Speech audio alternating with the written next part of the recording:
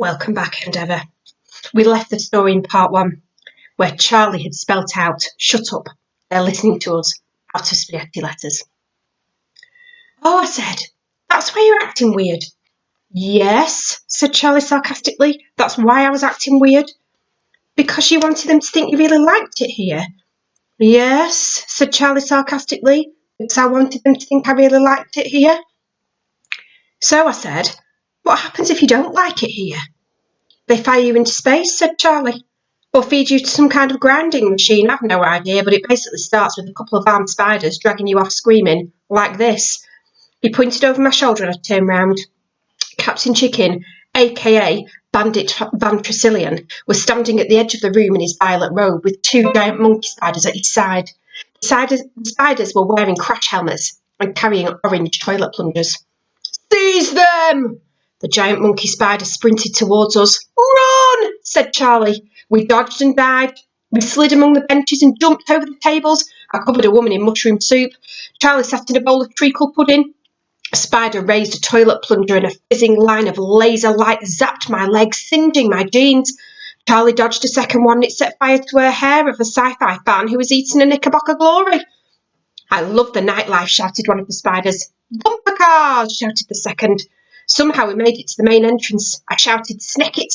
The wall opened and we raced into the corridor. I have to say, we did pretty well. I don't think either of us had run that fast in our entire lives. At one point, I shoved a fat guy off a hover scooter and we both leapt on, but the joystick looked like a tomato and I had no idea what to do. We leapt off and kept running. They caught us, of course. They had more legs than deadly toilet plungers. So I guess we were pretty lucky that they didn't fill us with smoking holes. We ground to a halt and stood with our hands on our knees, puffing and wheezing. A couple of seconds later, our arms and legs were wrapped up in hairy brown tentacles. The spiders were surprisingly strong, and their breath was appalling. "Snap them down," said one of them, "alive, for freshness." "Foot on the brake," said the other. "We do not want the electric prod." "No," said the first, "we do not want the electric prod." Van Tresillian appeared behind the spiders. "Take them to the holding cell."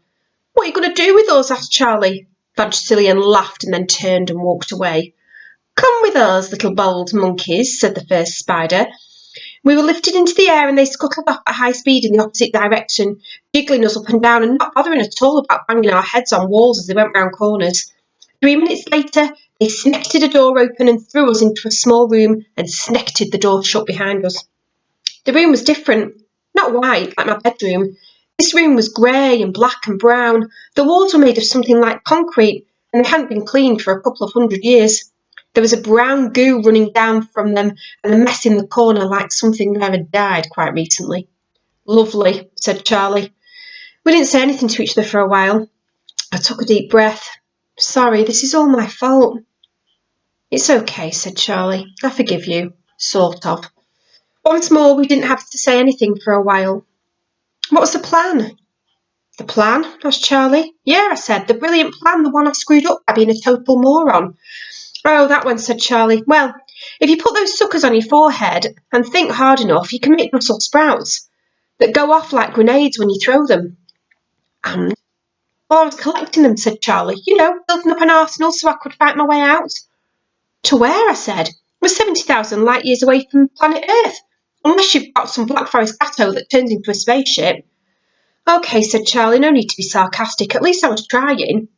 There was a sinister grating noise from the other side of the wall. "That's probably the grinding machine," said Charlie. "Thanks for coming to get me, by the way." I nodded. "No problem. I mean, obviously I didn't have a choice, you being my friend and everything. Plus, I missed you." "Yeah, me too. I think I'd have gone mad if you hadn't have turned up. Everyone was talking about Blade Runner and speaking Bogon." I didn't know how long we were in the holding cell. The lights were on all the time and our watches hadn't worked since we arrived on Plonk. We talked about Megan shots and the locusts. We talked about Mr. Kandinsky's snowman socks. We talked about salmon mousse and strawberry jam and cheddar cheese sandwiches. But thinking about homemade made us sad. So we played nuts and crosses on the floor by scraping the dirt with our toes of our shoes. Then we tried to name all the countries in the world, except we kept remembering that we were going to be killed, which was a bit distracting.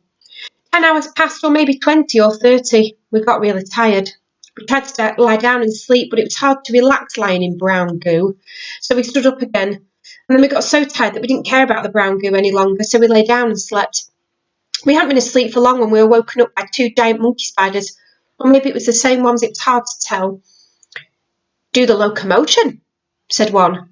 Wolkies, said the other. You going to kill us now, asked Charlie. Hurrah, said one. You are a clever boy. We are the champions, sang the other. You are not. And they snickered gleefully. We fought for a bit, but it was no use. They grabbed us by the arms and the legs and hoisted us over their heads and hauled us off down the corridor. 5 minutes later, we were taken into a high-tech white office with blue rubber plants and bandit Vestrillions sitting behind a desk. The giant monkey spiders dropped us onto the floor. You may go now, said Van Tresillian, and the spiders scuttled out. Charles, said Van Tresillian. James, are you going to kill us? Asked Charlie again, getting to his feet. No, said Van Tresillian, but the spiders, I replied, they told us. They have strange senses of humour, said Van Tresillian. Oh. Normally we would kill you, said Van Tresillian, but I think you may be able to help us. I felt a huge wave of relief and everything went a bit wobbly for a few seconds, but Charlie still had his head screwed on properly. Great, he said, just fire away and we'll see what we can do. We like being helpful, don't we, Jimbo? What? I said, yeah, that's right, we like being helpful. Said Van Tresillian, I have a problem. Every time one of the watchers travels to Skye to come back to Plonk, we lose contact with them. Plonk, said Charlie, chuckling, that makes me laugh every time. Charlie, I said, what? Don't be rude about their planet, all right? Good idea, said Charlie. So I reckon I was feeling a bit wobbly as well. And every time we beam someone down to find them, we lose contact with them too. That'll probably be the army, said Charlie, or the police, or both. But no one knows about the weft beam, said Van Tresillian through gritted teeth. Yeah, they do, said Charlie. Jimbo told them, didn't you, Jimbo? Did I? It's okay, said Charlie. You don't have to keep it a secret any longer. Right, I said.